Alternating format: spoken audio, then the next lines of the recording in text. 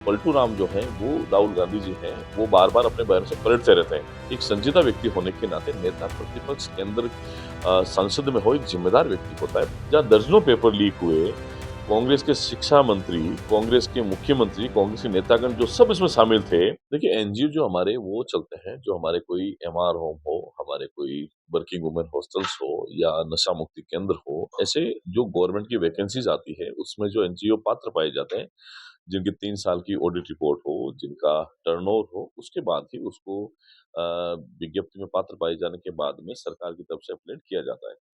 कुछ अनेक private NGOs हैं जो हमारे डिपार्टमेंट से नहीं है, लेकिन जो हमारे डिपार्टमेंट में जो जिनको ग्रांट मिलती है, उनकी लगातार हमारे डीलर्स के माध्यम से मॉनिटरिंग होती है। क्योंकि हम लोग प्रति व्यक्ति 3250 रुपए, चाहे वो नशा मुक्ति केंद्र में हो, चाहे हमारा वृद्धाश्रम में हो, उसको हम लोग देते हैं। एमआर होम में पढ़ने वाले बच्चे हैं, उसको हम लोग देते हैं। तो वो उनके खाने-पीने पर, रहने पर, उनकी सुख-सुविधाओं पर खर्च होते हैं। तो 3250 रुपए माननीय मुख्यमंत्री जी ने 2500 से बढ़ा करके किया है। हमारे विभाग में कहीं भी कोई शिकायत मिलती है किसी भी प्रकार की, उसकी तुरंत हम लोग जाँच करवाते हैं। जाँच के बाद दोषी पाए जाने पर उसके खिलाफ में विभागीय कार्रवाई भी अमल में लाई जाती सर बात करें तो पंचायती राज योजनाओं की घोषणा हो चुकी है। है। देखिए, मुख्य रूप से मैं कहना चाहूँगा कि जब हमारी सरकार बनी थी 2023 में, तो माननीय मुख्यमंत्री जी ने पहले ही बजट में कहा था कि हम वन स्टेट वन इलेक्शन करवाएँगे।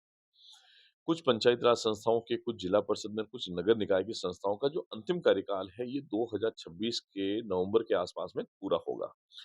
कार्यकाल पूरा होने से पहले हम चुनाव करा नहीं सकते। दूसरा, जो माननीय सुप्रीम कोर्ट ने एक फैसला दिया था ओबीसी कैटेगरी को राजनीतिक आधार पर उसका रिजर्वेशन तय हो, तो वो ट्रिपल टेस्ट के बाद में होना चाहिए। तो 2 चीज़ें हैं, वन स्टेट वन इलेक्शन करवाना, उसके बाद ओबीसी का जो आरक्षण है उसको तय करना। इन सब चीज़ों को देखते हुए राजस्थान सरकार ने ये तय किया है कि ओबीसी कमीशन का गठन किया है। वो लगातार सर्वे कर रहा है जिलों में, उसकी रिपोर्ट भी आ जाएगी। फिर जब माननीय हाईकोर्ट राजस्थान ने ये कह दिया है कि चुनाव करवाने हैं, तो राजस्थान सरकार पूरी तरीके से तैयार है।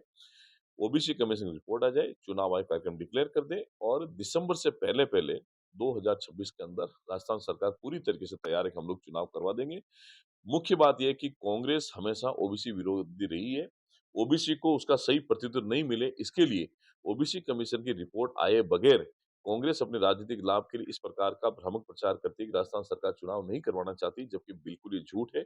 सरकार पहले दिन से तैयार है, लेकिन हम लोग चाहते हैं कि जो माननीय सुप्रीम कोर्ट ने जो आदेश दिया था, उसकी पालना हो और ओबीसी वर्ग को उसका प्रतिनिधित्व राजनीतिक आधार पर राजस्थान में मिले, इसके लिए रिपोर्ट तैयार करवाई जा रही है। ओबीसी विरोधी कांग्रेस का चेहरा इस समय राजस्थान में देखने को मिला है और ये प्रदेश की जनता जान चुकी सर ने दिल्ली देश की ओर से बीजेपी कार्यालय है। घेराव के लिए गया।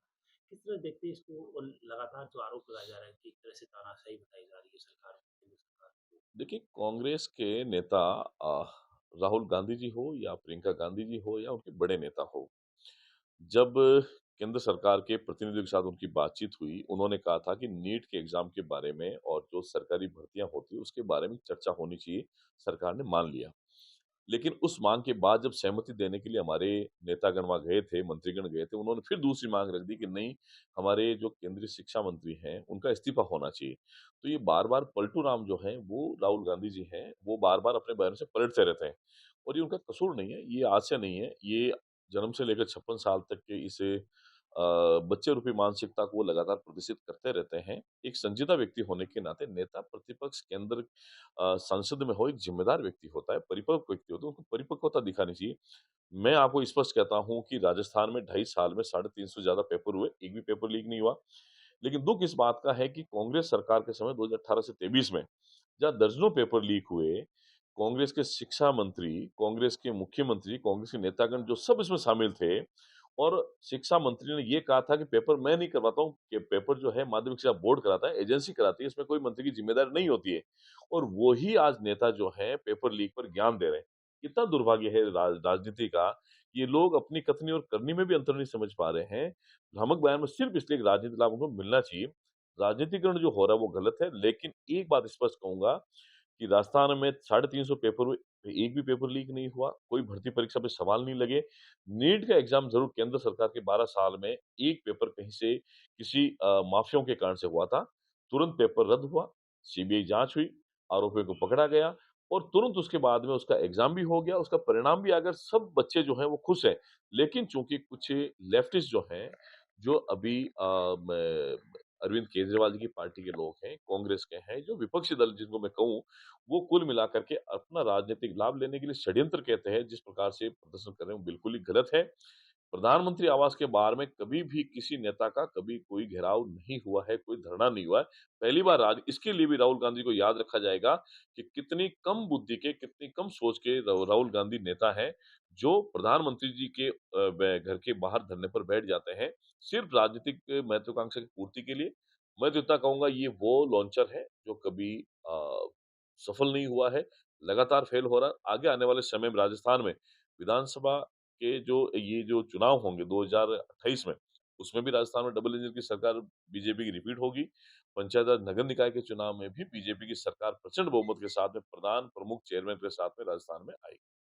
अगर राष्ट्रीयगत अगर बात करें, कितना करोड़ रुपया जो है, क्योंकि ये सबसे बड़ा वो विषय है, समाज से सीधा जुड़ा हुआ है। समाज कल्याण कहते हैं, सामाजिक न्याय की बात कहते हैं। प्रधानमंत्री का और मुख्यमंत्री का फोकस भी इस पर है, वो विभाग इम्पोर्टेंट आपके पास देखिए, मैं मानता हूँ कि माननीय मुख्यमंत्री भजनलाल शर्मा जी का लगातार हमारे विभाग की मॉनिटरिंग भी होती है और उनका मार्गदर्शन भी मिलता रहता है। बहुत बड़ा डिपार्टमेंट, इसका बजट लगभग 19,000 करोड़ रुपए प्रतिवर्ष है। ये लगातार बढ़ रहा है क्योंकि पेंशन की राशि जो है वो हर साल बढ़ती है। हम लोग लगभग 95% के करीब जो हमारा फाइनेंशियल ईयर का जो पैसा है वो खर्च होता है प्रति वर्ष और मुझे लगता है अदर डिपार्टमेंट में सबसे ज़्यादा हमारा है।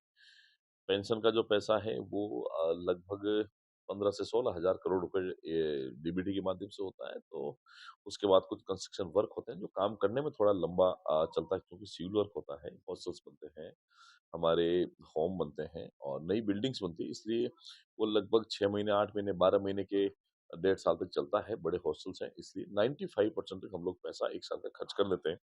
हम लोग अनुजा निगम के माध्यम से आर्थिक रूप से कमज़ोर लोगों को लोन भी देते हैं, उनको सहायता भी प्रदान करते हैं और पेंशन वाला देते हैं। उसके अलावा अनेक सारे हमारे हॉस्टल्स हैं, हॉस्टल का मेस भत्ता भी मिलता है और अनेक योजनाएँ ऐसी हैं जो अंत्योदय की है, उसका सीधा लाभ अंतिम छोर पर खड़े व्यक्ति तक पहुँचाना सरकार की प्राथमिकता है और उसी के क्रम में सामाजिक न्याय अधिकारिता विभाग लगातार पिछले 2.5 साल से माननीय मुख्यमंत्री महोदय के नेतृत्व में काम कर रहा है। हमें खुशी है कि हम जो हमारी 181 की कंप्लेंट्स है, उसको भी हमने बहुत कम दिनों का टारगेट दिया, उसमें हम लोग सक्सेस हुए। राजस्थान में टॉप 5 डिपार्टमेंट जो अभी काम कर रहे हैं, उसमें एक विभाग सामाजिक न्याय अधिकारिता विभाग है। हमें खुशी है कि माननीय मुख्यमंत्री महोदय जी के मार्गदर्शन में और हमारे जो केंद्रीय मंत्री जी हैं, डॉक्टर वीरेंद्र कुमार जी और केंद्र सरकार के सहयोग से हमें जो पैसा केंद्र सरकार का मिलता है, वो लगातार समय पर मिलता है, जिसके कारण से हम योजनाओं को धरातल पर लागू करने में कामयाब हो रहे हैं।